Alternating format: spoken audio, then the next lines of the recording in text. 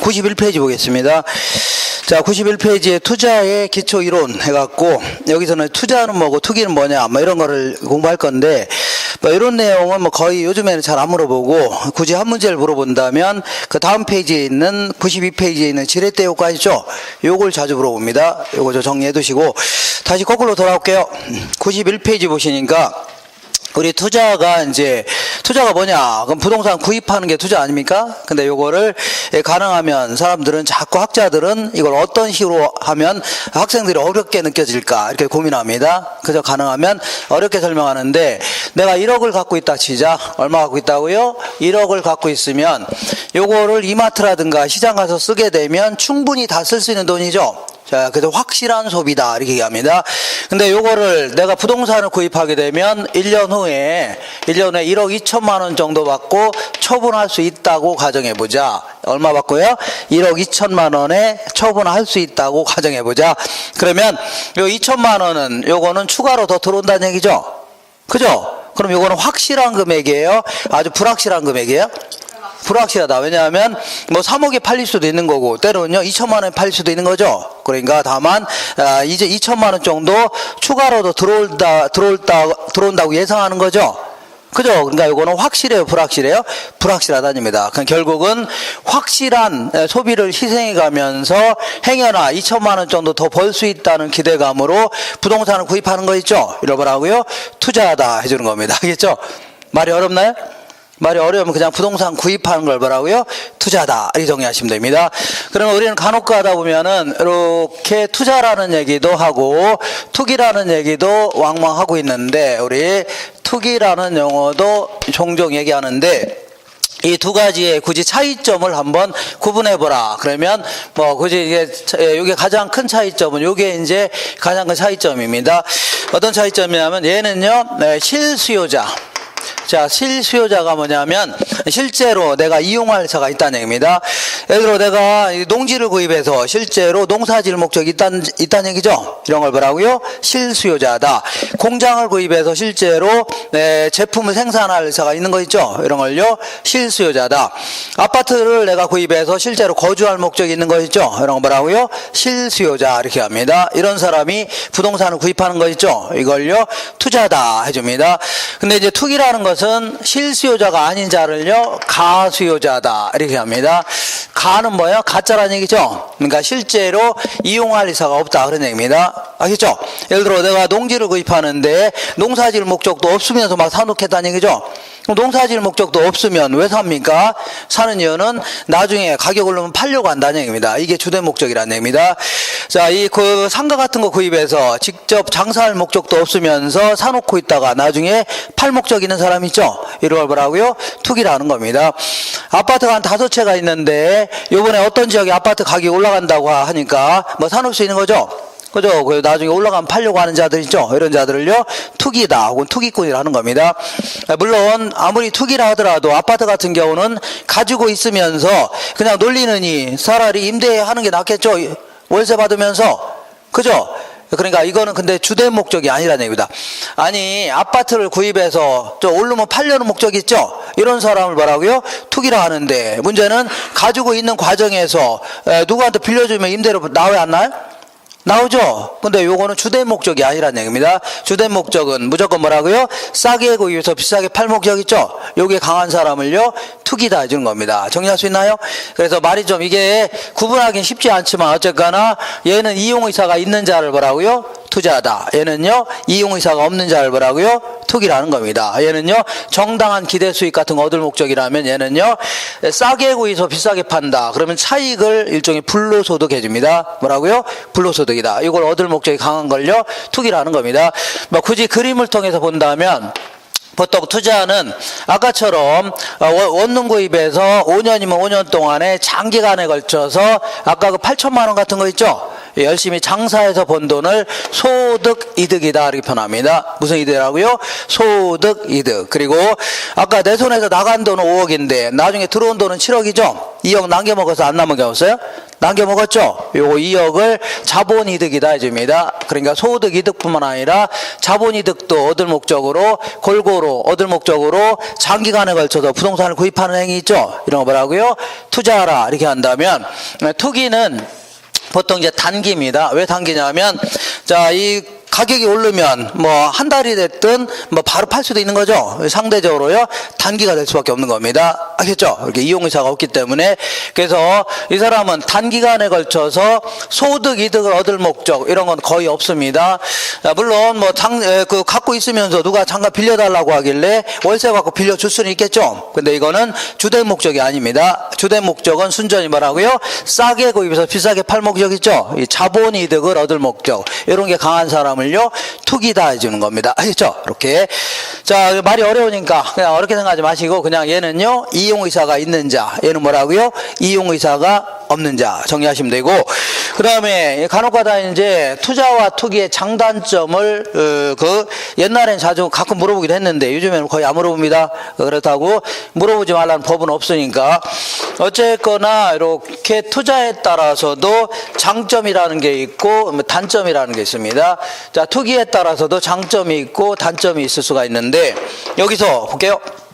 이 투자에 따른 장단점을 물어볼 때는 우리가 내가 1억을 갖고 있을 때 뭐 주식이라든가 채권에 투자할 수도 있을 겁니다. 그런 거에 비해서 부동산에 투자했을 때 어떤 장단점이 있냐 그런 얘기고, 여기서 장단점은 투자에 비한 장단점을 주로 얘기하는 겁니다. 알겠죠? 이렇게.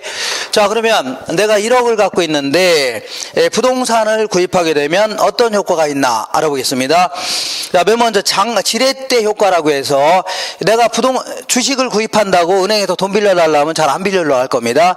근데 내가 부동산을 구입한다고 돈을 빌려달라면 얘들은요 얼씨구나 좋다고 빌려줍니다. 왜냐하면 얘네들은 그 구입하려고 하는 부동산 있죠? 요거 담보 잡고서 돈을 빌려줍니다. 그러다 보니까 나중에 뜯길 염려가 있어 없어요? 없죠. 그러니까 많게든 적게든 얼른 빌려려고 할 겁니다. 돈 빌리기가 아주 수월한데, 문제는 부동산을 구입해서 내 돈만 투자하는 것보다는 일부를 은행에서 빌려 투자하는 경우 있죠. 이런 경우에는 은행 이자는 일반적으로 싸요, 비싸요? 좀 싸다는 얘기죠. 그러니까 돈 벌어서 은행한테 줄 돈이 얼마 안 되니까 오히려 내가 적게 투자해서 많은 돈을 가져갈 수 있다는 얘기죠. 이걸요 지렛대 효과를 하는 겁니다. 뭐라고요? 지렛대 효과. 여기에 아주 중요한 그 특징 중에 하나고, 그 다음에 내가 부동산을 구입하게 되면, 특히 건물 같은 걸 구입하게 되면, 자, 얘는 언젠가는 철거해야 돼요, 안 해야 돼요? 철거해야 되죠. 건물 같은 경우는. 그러다 보니까 기업 회계상 아니면 세법상 매기 일정액씩 감가상각비 형태로 비용으로 떨 수가 있습니다. 비용으로 털어버릴 수 있기 때문에 이거는 현금 나가지도 않았는데도 불구하고 비용으로 처리할 수 있다는 얘기죠. 네, 그러면 그 비용으로 처리하게 되면 계산상 이익이 줄어들기 때문에 세금도 덜 낼 수 있는 효과가 나타납니다. 그리고 또한 얘는 은행에서 돈 빌리기가 수월한데 은행에서 돈 빌렸을 때 나가는 이자 있죠. 이것도 마찬가지로 비용으로 처리할 수 있습니다. 그러다 보니까 계산상 이익이 줄어들기 때문에 소득세를 덜 낼 수 있는 효과 있죠. 요것도 생길 수가 있는 겁니다. 이걸요 절세 효과다 해줍니다. 무슨 효과라고요? 절세 효과. 그다음에 자, 그 인플레이션이 발생하게 되면, 자, 이게 항상 이거 이따도 다시 하겠지만 지금 다시 한번 할게요. 요게 이제 100만 원짜리 화폐입니다. 이거 뭐라고요? 100만 원이에요. 화폐. 근데 요 100만 원으로 그전에는 저거를 4대를 구입했었는데 몇 대 구입했다고요? 저 TV 있죠? 이걸 4대를 구입했는데 지금은 물가가 올랐어요, 안 올랐어요? 올랐다는 얘기죠. 그러니까 똑같이 생긴 100만 원으로 2대밖에 못 사는 겁니다. 요 100만 원 몇 대밖에 못 산다고요? 2대. 그러면 요 100만 원짜리 화폐의 가치가 오른 거예요? 떨어진 거예요? 떨어진 것도 반값으로 뚝 떨어진 겁니다. 알겠죠? 그죠? 그러니까 이 인플레가 발생하게 되면 화폐를 갖고 있는 사람이라든가 근로소득자 이런 사람들 손해볼 수밖에 없는 겁니다. 그죠? 근데 문제는 물가가 올라갔다는 얘기는 실물 자산의 가격이 올라갔다는 얘기입니다. 그죠? 그러면 실물 자산은 이런 걸 다 실물 자산이라 하는 겁니다. 아니면 부동산 같은 걸 다 실물 자산, 화폐 자산이 아닌 걸 다 뭐라고요? 실물 자산이다. 그러면 실물 자산의 가격이 올라간다는 얘기죠. 그럼 인플레가 발생하면 부동산의 가격도 같이 올라가는 게 일반적입니다. 아셨죠? 그러니까 부동산을 구입한 사람은 인플레가 발생해도 손해날 필요가 손해나요? 안 나요? 안 난다는 얘기입니다. 크게 손해 안 난다는 얘기죠. 이걸요, 구매력을 보호받을 수 있다. 이렇게 표현합니다. 뭘 보호한다고요? 구매력을 보호받을 수 있다. 그 다음에 내가 한 30년 동안 전월세 살다가 드디어 내 집 하나 마련했다는 얘기죠. 그죠? 그러면 이 소유의 긍지, 대한민국에 내 부동산도 있구나 하면서 아침부터 일찍 일어나서 뭐래요? 청소부터 합니다. 뭘 한다고요? 청소. 그리고 애들 그 학교 보내기 전에 잠깐 간단히 청소한 다음에 애들 얼른 보내고서 또 이제 청소하겠죠? 네, 그리고 하고 나서도 계속 공부를 안 하고 무슨 생각만 해요? 청소할 생각만 하고 있는 겁니다. 그죠? 그리고 그 수업도 얼른 끝나면 총알같이 가서 밥도 안 먹고 일단은 유리창송부터 딱 하는 겁니다. 그래서 얼른 밥 먹고 밥도 후닥닥 먹은 다음에 또 청소하는 거죠.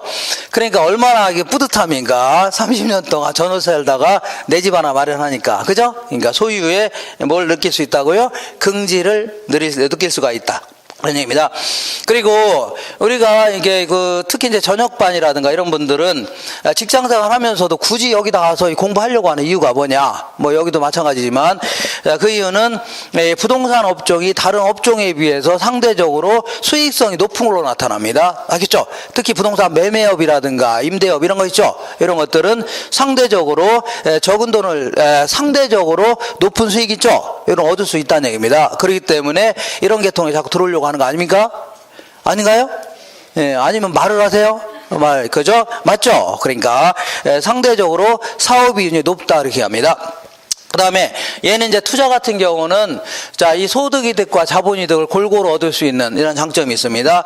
자, 물론 투자라고 해서 무조건 장점만 있는 건 아니겠죠? 단점도 만만치 않게 있는데 내가 주식을 구입했는데 나중에 돈이 급합니다. 애가 수술해야 돼서 그러면 바로 팔아치우면 되는 거죠?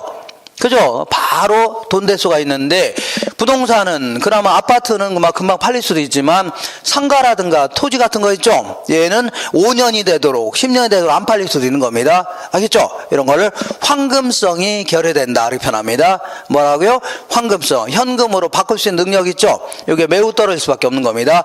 그리고 내가 채권을 구입하게 되면 정부에서 발행한 채권이라든가 회사채 같은 거 이런 것들은 위험이 거의 없습니다. 거의 없는데 부동산은 잘못 투자했다가는 크게 손해날 수도 있고 크게 이득 볼 수 있다는 얘기죠. 잘하면 대박나지만 잘못하면 쪽박날 수 있다는 얘기입니다. 여러 가지 사업 투자했다는 위험도 있을 수가 있다는 얘기죠. 이건 잠시 후 하기로 하고 그 다음에 내가 주식을 투자하려고 한다. 그럴 경우는 회사 다니면서 과장님이 나를 째려보고 있다. 그러면 그 컴퓨터 열어놨다가 이렇게다가 여기 보면은 여기 뭐가 있어 없어요? 요거 있죠? 요거 주가 내역 주식 거래 내역 같은 거 있죠? 흐름 같은 거 있을 거 아닙니까? 그거 얼른 내리면 될 거 아닙니까? 그러다가 과장님이 다른 데 갔다 안 째려본다 그러면 다시 딱 올려놓고 또 하면 되죠?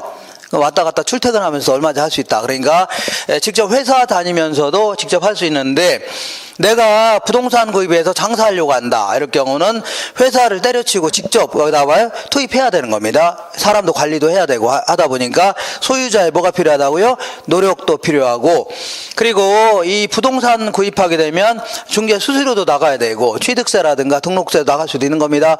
때로는요, 이 재산세 같은 거 있죠? 이러한 거래 비용, 양도세 같은 거래 비용이 굉장히 클 수밖에 없다는 얘기죠. 이런 것도 문제가 될 수 있겠네요. 자, 그 다음에 이제 이번에는 이렇게 해서 간당간단히 알아보고 이번에는 투기에 따른 장점, 이거는요, 투기에 따른 단점 위주로 간단히 알아볼게요. 그리고 장점은 부수적으로 이렇게 장점이 생길 수도 있다. 이렇게 하시면 됩니다. 투기의 단점은 전 시간에 공부한 것처럼 갑이라는 사람은 할아버지를 아주 잘 맞는 사람이라 자, 할아버지가 아마 친일파의 거두였다는 얘기죠. 그래서 아버지도 굉장히 부자라 아들한테 3억을 용돈을 딱 준 겁니다. 그랬더니 개발이 예상된 적이 있죠. 투자했더니 그 돈을 투입했더니 6개월 만에 6억이 됐대나 어땠다나 이렇게 하면서 빈둥도 놀면서 이런 사람들은 주로 이제 대한민국에 돈 좀 있는 집안의 자제들 있죠. 그리고 힘께나 있는 집안의 자녀들이 몰려다니고 골프나 치러 다니고 하는데, 걔네들은 어느 지역이 개발된다는 정보를 미리 알아요, 몰라요? 미리 알 수 있다는 얘기입니다. 그죠? 그러다 보니까, 지들 아버지가 뭐 정치인이고, 지들 아버지가 재벌 총수니까, 어느 지역이 개발된다, 이마트가 들어선다, 이런 거 알아요, 몰라요? 알 수 있다는 얘기죠? 그러니까, 거기에 투기했더니, 뭐, 거기다 돈을 투입했더니, 1년 만에 배로 떴대나 어땠더나, 이렇게 해서, 자, 점점 얘네들은 더 큰 땅을 갖게 되는 겁니다. 그래서 우리 전 시간에 공부한 것처럼, 대한민국의 상위 계층 1%가, 대한민국의 사유지의 60%를 갖고 있습니다, 현재. 요거는 확실히 이게 통계를 와 있는 겁니다. 그렇게. 그러니까 얘는 계속 더 큰 땅을 갖게 되는 거고, 을이라는 사람은 찢어지게 가난한 집안에 태어나서 가진 것도 없고 배운 것도 없다는 얘기죠. 공장 낮으면서 200만 원 벌어서 뭐 세금 떼고 났더니 150만 원 벌어갖고 이거 뭐 쓸 데나 있나요? 이렇게 해서 맨날 끝장이고, 오히려 점점 뭐라고요? 점점 수익이 줄어들 수밖에 없는 겁니다. 뭐라고요? 수익이 점점 뭐라고요? 줄어듭니다. 자, 그래서 왜 줄어드냐면, 제가 2000년대도 초에도 제 김포로, 인천에 살다가 김포로 이사 갔는데, 그 당시만 하더라도 김포 근처에 그 공장이 많이 있습니다. 물론 자잘한 공장들인데, 그때만 하더라도, 그때도 우리 제 친구들이 거기서 공장 하는 애들이, 짜잘한 공장 하는 애들이 있었는데, 그때도 급여가 얼마였냐면 200만 원 전후였습니다. 150만 원 이랬습니다. 150만 원, 200만 원 이랬어요. 아줌마들은 더 형편없고, 어쨌거나 이때도 150만 원이에요. 근데 지금 20년 정도가 지났습니다. 몇 년 지났다고요? 20년. 그러면 만약에 물가가 하다못해 5배만 올랐다 하더라도, 몇 배라고요? 5배가 올랐다 하더라도, 지금 자 제대로 받으려면 얼마 받아야 돼요? 이거 5배 5, 25 좀 많네요. 750만 원 받아야 정상적으로 받는 겁니다. 아시겠죠? 근데도 지금도, 진짜 이거는 제가 거짓말 아닙니다. 지금도 저 아는 사람이 있는데, 그 보통 200만 원 받는 사람 수두룩합니다. 아줌마들은 150만 원, 120만 원 받는 사람 수두룩해요. 진짜입니다. 그러니까 옛날에도 지금이도 150만 원 받고 있다. 그러면 20년 전에 비해서 5분의 1을 받고 있는 겁니다. 몇 배가 있다고요? 5분의 1. 이런 식으로 점점 뭐라고요?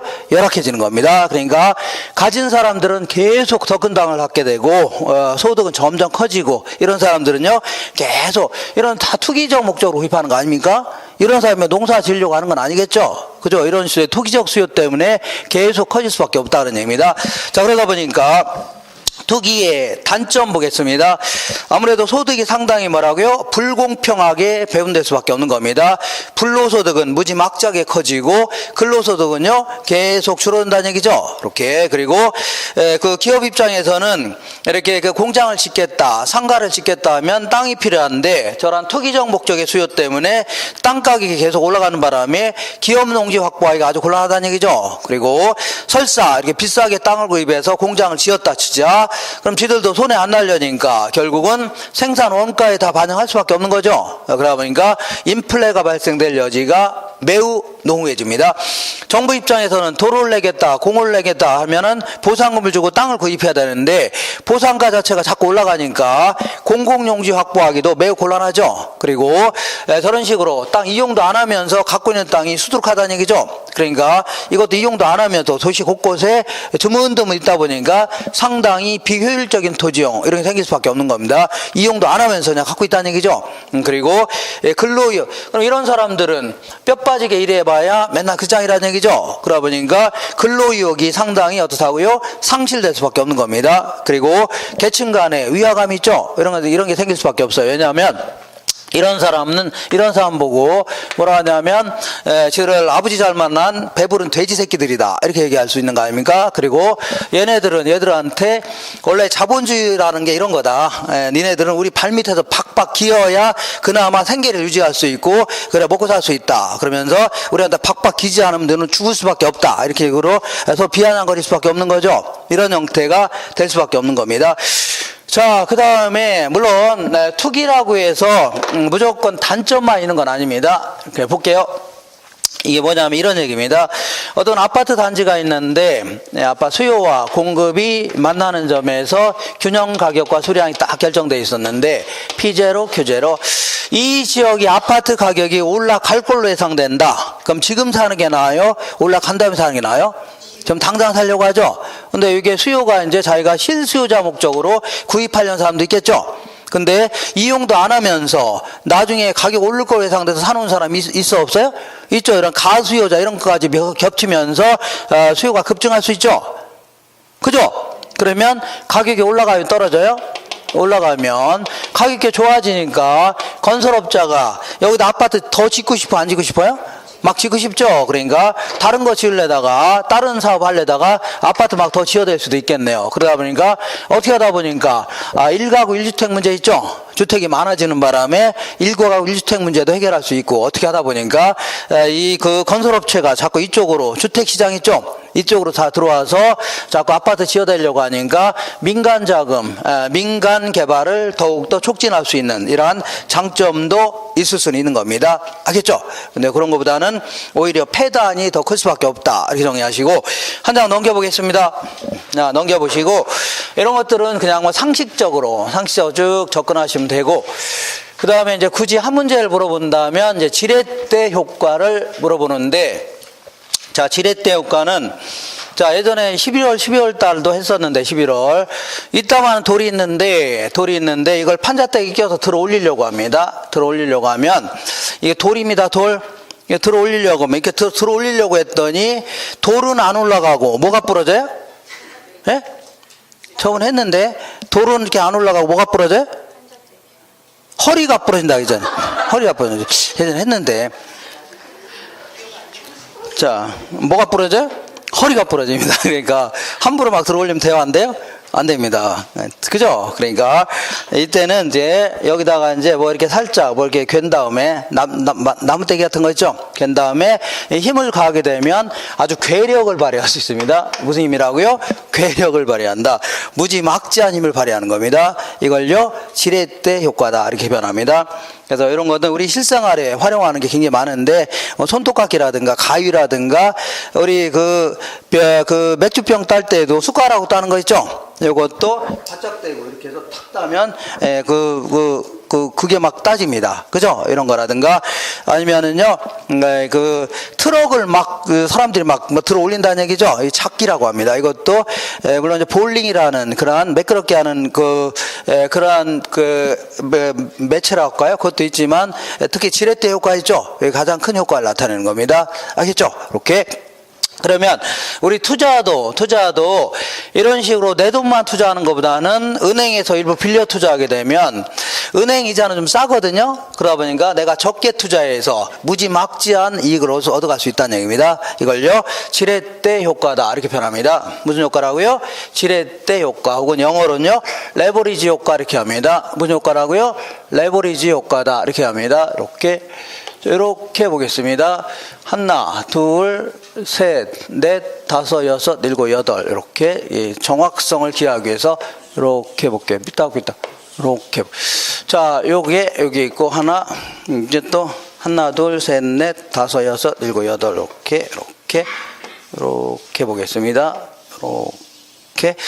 자, 이게 내 돈입니다. 내 돈 1억을 투자했을 때 내 돈 1억 투자했을 때 1년 동안에 이렇게 볼게요. 1년 동안에 이렇게 보겠습니다. 자, 번 돈 혹은 벌 수 있는 돈이 5천만 원, 2천만 원 정도 벌 수 있는 투자안이 있다 치자. 2천만 원. 자, 그러니까 1억 투자하면 얼마 벌 수 있다고요? 2천만 원 벌 수 있는 투자안이 있는데 이거를 전액 내 돈만 투자하는 게 아니라 일부를 은행에서 빌려 투자할 수 있죠. 네, 그러니까 은행에서 일부 빌려 투자하고 일부는 내 돈 투자했다 치자. 일부는 내 돈을 투자했다. 그래서 자, 계산상 편하게 은행에서 5천만 원 빌렸다 치자. 5천만 원 빌렸다. 그러면 내 돈 얼마 투자한 거예요? 5천만 원 투자했네요. 5천만 원. 자, 그리고 1년 동안 버는 돈은 2천만 원 똑같은데 이렇게 이렇게 해줘야 되겠네요. 이렇게. 그래서 그럼 2천만 원을 은행과 내가 나눠 가져야 되겠죠? 그죠? 나눠 가져야 되는데 은행은 우리한테 돈을 왜 빌려주는 거예요? 이자 받으려고 빌려주는 겁니다. 이자. 그래서 은행 이자에는 4%라고 한정해보자. 몇 프로라고요? 4%. 보통 이제 1년간의 이자율이 뭐라고요? 4%다. 그러면 5천만 원에 4% 주면 되는 겁니다. 이자 알겠죠? 5천만 원에 4% 하면은 얼마냐면 200만 원입니다. 얼마라고요? 200만 원. 200만 원 주면 돼요. 그리고 나머지 다 누구 거예요? 내게 되는 겁니다. 내게 이제 내가 버는 돈 혹은 벌 수 있는 돈이 되는 거죠. 이게 이제 무려 1,800만 원이 됩니다. 1천 얼마라고요? 800만 원. 이렇게. 자, 그러니까 전액 내 돈만 투자했을 때는 자, 그 1억 투자 2천만 원 벌 수 있는데 일부를 은행에서 빌려 투자하게 되면 은행한테 줄 돈은 커요, 작아요? 얼마 안 되죠? 은행한테 줄 돈은 얼마 200만 원밖에 안 되죠? 근데 내 돈은 5천만 원만 투자했는데 거의 2천만 원 가까이 가져가는 거죠? 그죠? 이렇게 해서 작게 투자해서 많은 돈을 벌어갈 수 있다는 얘기입니다. 자, 생각해 볼게요. 투자는 많이 투자해서 조금 가져가는 게 좋아요? 적게 투자해서 많이 가져가는 게 좋아요? 적게 투자해서 많이 가져가는 게 좋겠죠? 이런 식으로 조금 투자해서 거의 2천만 원 가까이 가져가는 거 아닙니까? 이런 거 뭐라고요? 지렛대 효과라는 겁니다. 뭐라고요? 지렛대. 특히 지금 이런 걸 뭐라고요? 정의 지렛대 효과줍니다. 일반적으로요. 정의 지렛대 효과. 근데 만약에 이 사람이 은행에서 돈을 못 빌려서 거의 사채업자한테 사채를 썼다는 얘기죠? 40%가 넘는 사채. 그러면 오히려 사채를 쓰게 되면 오히려 사채업자가 가져갈 돈이 많아져요, 적어져요? 많을 수 있죠? 그럼 오히려 내가 가져갈 돈이 줄을 수가 있는 겁니다. 더 줄을 수가 있는 거예요. 알겠죠? 이걸요, 부의 지렛대 효과다 줍니다. 뭐라고요? 부의 지렛대 효과. 자, 그러니까 어렵게 생각하지 마시고, 은행 이자는 좀 싸요, 비싸요? 싸다 보니까 은행에서 일로 빌려 투자하게 되면 은행한테 줄 돈 얼마 대여 안 돼요? 안 되니까 오히려 내가 가져갈 돈이 많아질 수 있다는 얘기죠. 이걸요 지렛대 효과다. 그러니까 은행 돈을 지렛대 삼아 내 돈 투자액 대비 수익률을 높일 수가 있다 그런 얘기입니다. 이렇게. 자, 그러면 뭐 굳이 뭐 이렇게 논리 자체는 아주 간단한 얘기인데 이걸 자꾸 이렇게 뭐 수식으로 이렇게 하니까 좀 어렵게 느껴지는 겁니다. 수식으로. 자, 이렇게. 자, 그러면 먼저 총자본 수익률이 뭐냐면, 총자본 수익률이라는 것은 자, 은행 돈과 내 돈 합친 거 있죠?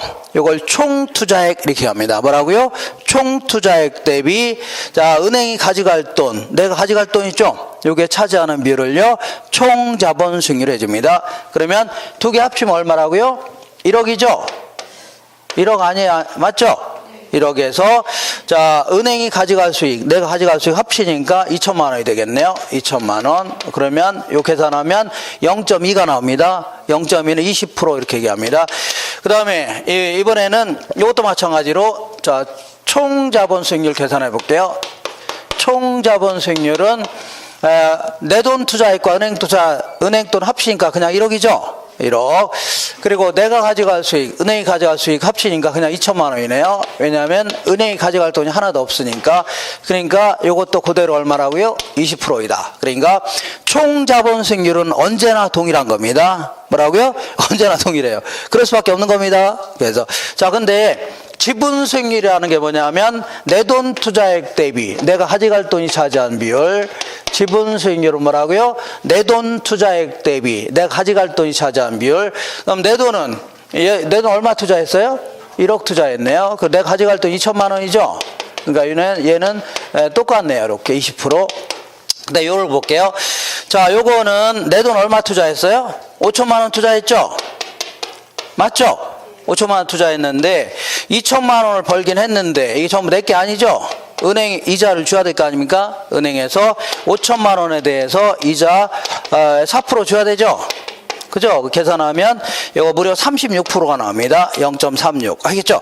요거 계산할 때는 먼저 요거를 먼저 계산한 다음에 계산할 수 있죠? 그래서 4, 5, 20에서 200만 원 될 겁니다. 그런 다음에 여기서 200만 원 뺀 거에서 5천만 원 나누면 됩니다. 물론 요거를 그 메모리 기능을 사용해서 할 수 있는데 그러면 오히려 좀 약간 헷갈리기도 하고 잘못 계산할 수도 있습니다. 그래서 이 정도는 얼른 5천만 원 곱하기 4% 하면 200만 원 바로 계산합니다.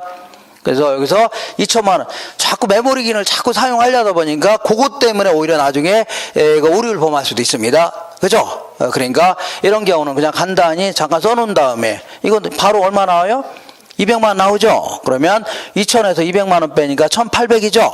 1800 나누기 얼마라고요? 5천만 원 하면 곧바로 36% 나옵니다.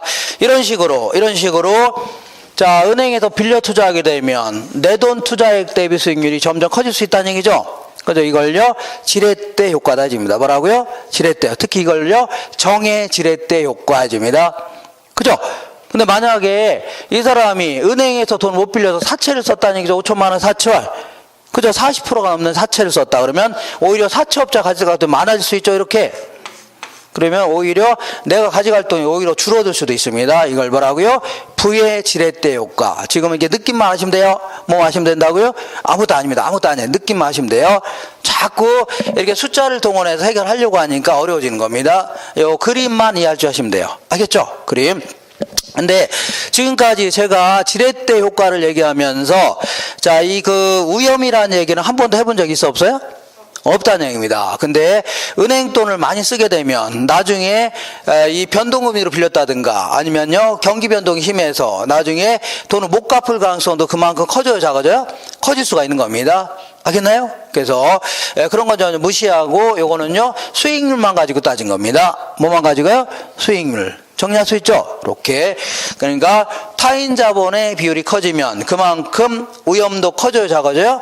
커진다. 기억하세요? 그래서 그 밑에 길잡이 지문이 있는데 그 92페이지 맨 아래 길잡이 지문이 있죠? 요것들은 전부 다 지문을 전부 다 맞는 걸로 곡쳐놓은 겁니다.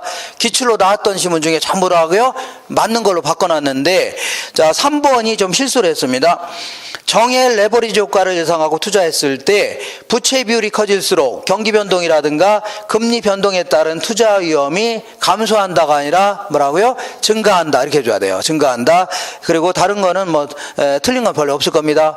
전부 다 맞는 지문으로 바꿔놓은 겁니다. 되겠죠? 이렇게. 자, 이렇게 해서 자 이런 얘기를 중심으로 해서 나중에 이따가 한번 계산 문제 한번 할 겁니다. 그래서 이따가 기출 문제 풀이 시간에 한번 할 거니까 그때 하기로 하고 자 이렇게 해서 이 투자는 뭐고 투기는 뭐냐 여기에 대해서 좀 알아봤습니다. 이번에는 본격적으로 수익률이 뭐고 오염이 뭐냐 이런 거 알아볼게요. 수익률은 뭐고 오염이 뭐냐. 자 우리 교재에 우리 그 93페이지 보시면 수익률과 오염 있어 없어요? 있죠. 그래서 여기는 좀 내용이 조금 많아서 이쪽으로 오겠습니다. 자 여기가 이제 수익률 이렇게 얘기해 볼게요. 자, 수익률이라는 것은 어떤 회사가 투자액에 비해서 그 돈을 어느 정도 벌었냐 아니면 벌 수 있냐 하는 걸요 수익률 해주는 겁니다. 알겠죠? 이때 수익률이 예를 들어 90%다 그럴 경우는 1년 동안의 수익률인지 아니면 1년 동안의 번 수익률인지 30년 동안의 번 수익률인지 알 수 없는 거죠. 그래서 보통 수익률 하면 보통 연간 단위의 수익률을 얘기합니다. 무슨 단위라고요?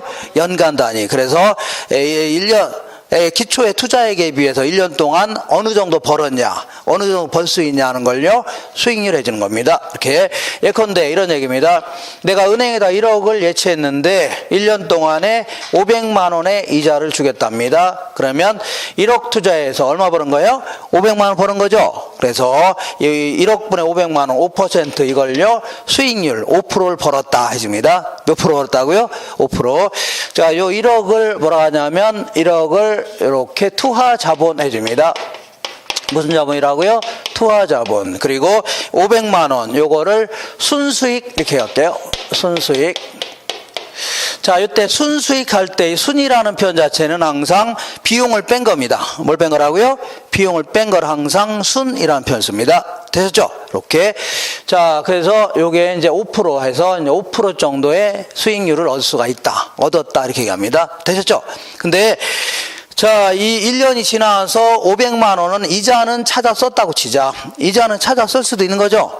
그러면 그대로 1억이 통장에 남아있어, 안 남아있어요? 남아있겠죠. 그런데 그 다음 연도에 또 500만 원 또 주겠답니다. 그럼 그 다음 연도도 결국은 1억 투자해서 500만 원 버는 꼴이죠. 그 다음 연도도 5% 버는 거네요. 이런 식으로 매년 단위로 해갖고 뭐라고요?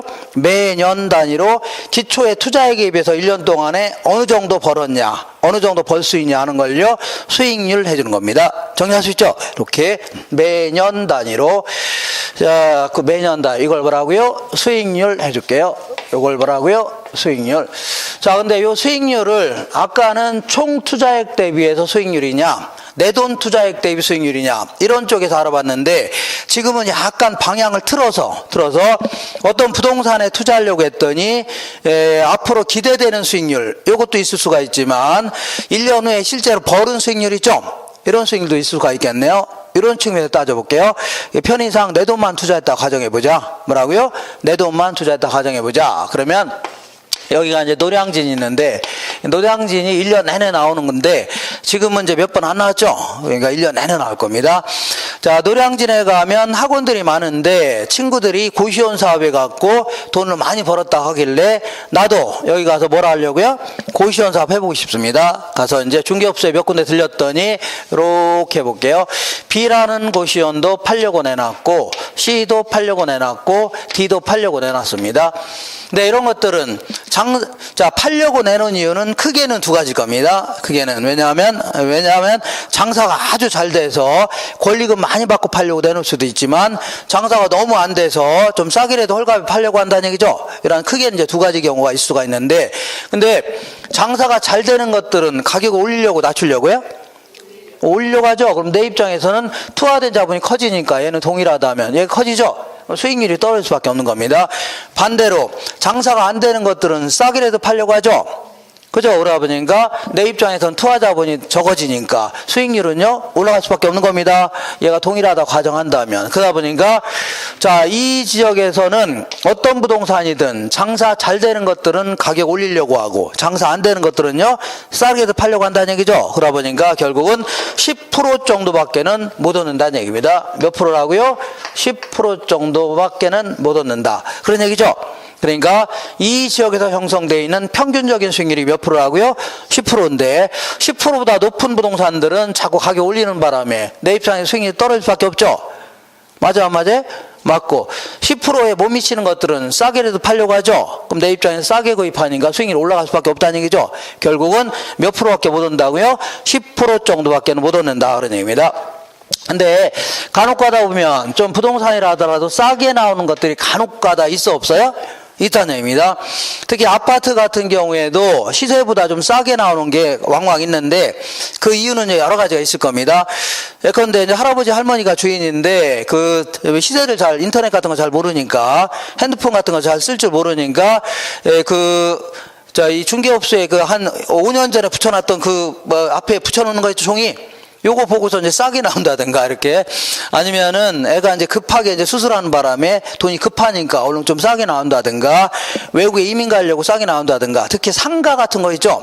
이런 것들은 권리금을 정확히 계산해서 붙여야 되는데 이 권리금을 계산한다는 게 쉬워요, 어려워요?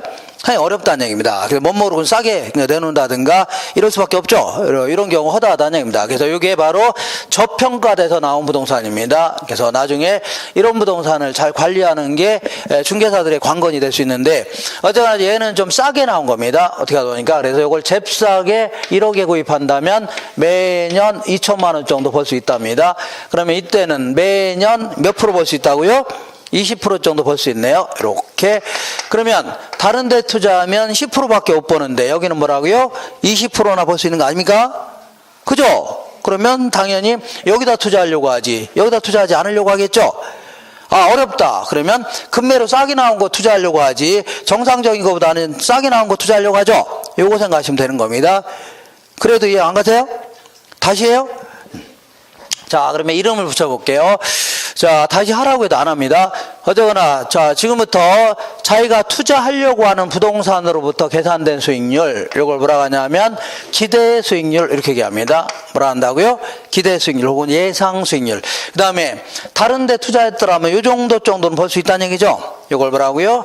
요구 수익률, 이렇게 얘기합니다. 뭐라고요? 요구 수익률. 이건 여기다 투자하기 전에 최소한 이 정도는 벌어야 되죠? 이걸요, 최저 필수 수익률 이렇게 표현하고, 그리고 요거를 나중에 요거를 내부 수익률 이런 표현도 씁니다. 자기가 투자하고자 하는 부동산 자체로부터 계산된 수익률이다 해서요, 이걸요 내부 수익률 이렇게 표현하고, 그리고 요거는요 이따가 좀 이건 잠깐 어려운 얘기인데 이거는 이따 이 지역 전체에서의 어떤 위험 수준이 있습니다. 나랑은 상관없는 위험 수준이 있다는 얘기요. 그런 거에 따라 결정됩니다. 그래서 자기가 투자하고자 하는 부동산 외부의 시장에서 결정된다 해서 이걸요 외부 수익률 이렇게 표현합니다. 뭐라고요? 외부 수익률. 그러면 당연히 여기다 투자하려고 하지 여기다 투자하지 않겠죠. 그러니까 여기다 투자하려고 하는데 진짜 여기다 투자했습니다. 투자했어요. 그래서 1억을 투자했는데 1년 동안은 실제로 2,500만 원 벌었습니다. 여기다 실제로 투자했는데 1년 동안 얼마 벌었다고요? 2,500만 원 벌었습니다. 그러면 이때 수익률은 몇 프로라고요? 25%를 버는 거네요. 25%.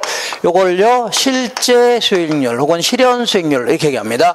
그러니까 자 이렇게 해서 한 세 가지 형태의 수익률을 좀 얘기할 수 있는데 자 이런 거 너무 집착하지 마시고 지금 너무 이런 거 집착하지 마시고 요거 요구 수익률이다.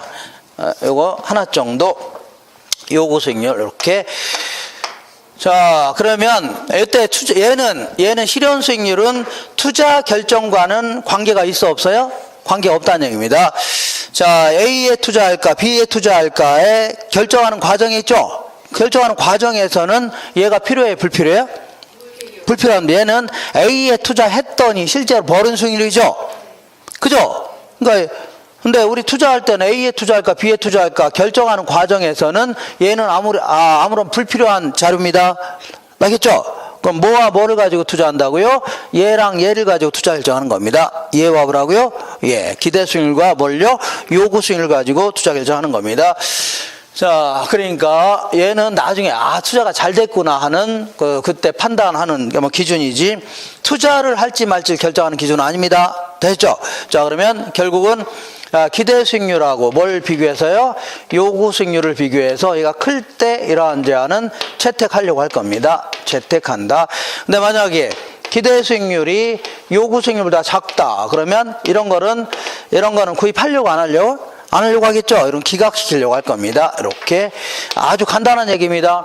다른 데 투자하면 몇 프로라고요? 10%밖에 못 버는데 여기는요 20%나 벌 수 있으니까 당연히 여기다 투자하려고 할 겁니다. 알겠죠? 간단한 거 아닙니까? 다만 여기가 왜 한 10% 정도가 형성되어 있냐? 이게 약간 의심스러운데 어쨌거나 10% 정도로 벌 수 있다면 이거 이상 얻을 수 있는 게 투자하려고 하겠죠? 여기 그렇게 생각하시면 됩니다. 근데 만약에 기대 수익률하고 요구 수익률이 같다 이런 경우에도 채택은 가능하다 이렇게 얘기합니다. 왜 그러냐면 10% 정도라는 얘기는 요구 수익률의 10%라고 했죠. 10%를 얻을 수 있다는 얘기는 정상적인 수익률, 다시 말하면 남들 버는 정도 있죠. 평균적인 수익률은 충분히 얻을 수 있다는 얘기입니다. 그러니까 아주 큰 돈은 못 벌지만 먹고 살 만큼 정도의 이윤 있죠. 이거 벌 수 있다는 얘기입니다. 그렇기 때문에 충분히 투자할 수 있다 그런 얘기입니다. 되셨죠? 근데 진짜 A에 투자했습니다. A에 투자해갖고 투자했는데 1년 동안에 돈을 많이 벌었어요. 돈을 뭐라고요? 많이 벌어갖고 어디로 가려고요? 해외로 이민 좀 가려고 합니다. 어디 가려고요? 이민 가려고 팔려고 내놨다는 얘기죠. 내놨죠. 그랬더니 어떤 놈이 찾아와서 안 찾아왔어요? 찾아와갖고 요모조모 뜯어보더니 투자액에 비해서 아주 수익이 아주 좋네요. 자기한테 팔으라는 얘기죠. 그래서 내가 뭐라고 했어요? 그래 나 팔려고 내놨는데 너 얼마 줄래? 했더니 그놈이 한다는 얘기가 당신이 1억을 투자했으니까 1억을 드리겠습니다 하는 거죠. 그러면 내가 뭐라고요? 꺼져 그러는 겁니다. 몇 번 했는데 이 꺼져자를 한 300번 할 겁니다. 형 끝날 때까지. 몇 번이라고요? 3. 꺼져 그러겠죠. 그러니까 당연히 나는 아파트를 싸게 구입했다 해서 나중에 팔 때는 싸게 구입한 가격 그대로 팔려고 하려나요? 당연히 정상적인 가격을 받고 팔려고 하겠죠. 그렇지 않나요? 그러니까 내 입장에 당연히 가격을 올리려고 낮추려고요? 올리려고 할 겁니다. 그러면 얘는 동일하다면 그 다음 사람은 기대 수익률이 떨어지겠죠. 이거는 아까 시장에서 결정된다고 했죠. 그러니까 떨어지겠죠. 그러면 어디까지 가격이 올라가나 볼게요. 어디까지? 얘보다 높은 안은 계속 올리려고 안 올리려고요? 올리려고 하겠죠. 그러니까 10%가 될 때까지는 계속 올리려고 하는 겁니다. 알겠죠? 그가 결국은 그 다음 사람들은 결국 뭐밖에 못 얻어요? 요구 수익률밖에 못 얻는다는 얘기입니다. 그러니까 장기적으로는 기대 수익률과 뭐는 같아져요? 요구 수익률은 같아지는 겁니다. 무슨 얘기냐면 우리가 이 아파트를 싸게 구입한 사람 있죠? 이런 사람들이나 큰 돈을 버는 거지. 그 다음에 팔 때는 당연히 정상적인 가격 받고 팔려고 하죠. 그 다음 사람은 정상적인 수익률 있죠? 이 정도밖에 못 얻는다는 얘기입니다. 처음에 갈비집 같은 것도 장사 잘하는 사람들이 큰 돈을 버는 거지. 그 다음에 팔 때는 권리금 잔뜩 받고 팔려고 하죠. 그러니까 그 다음 사람들은요, 정상적인 수익률 있죠? 그 정도밖에 못 얻는다. 그런 논리입니다. 이해가 되겠나요? 그러니까 장사가 됐든 아니면 부동산을 매매하는 자가 됐든 어쨌거나 처음에 싸게 구입한 사람이라든가 처음에 장사 잘한 사람 있죠? 이런 사람이나 큰 돈을 버는 거지. 그 다음 사람들은요, 오히려 정상적인 수익률 있죠? 요 정도라든가 나중에 장사 안 되면 그 이하밖에 안 되는 겁니다. 됐죠? 이렇게 하시면 돼요. 되겠나요? 예, 결국은 요구 수익률 정도밖에 못 얻는다. 그런 논리입니다. 되셨죠? 이렇게 정리하시고, 자, 이번에는 이렇게 해서 수익률에 대해서 알아봤습니다. 치워되죠? 자, 이번에는 위험에 대해서 알아볼 건데, 위험에 대해서는 좀 할 얘기가 좀 있어서 잠깐 쉬었다 하겠습니다. 이거 그대로 놔두시고 잠깐 쉬었다 하겠습니다.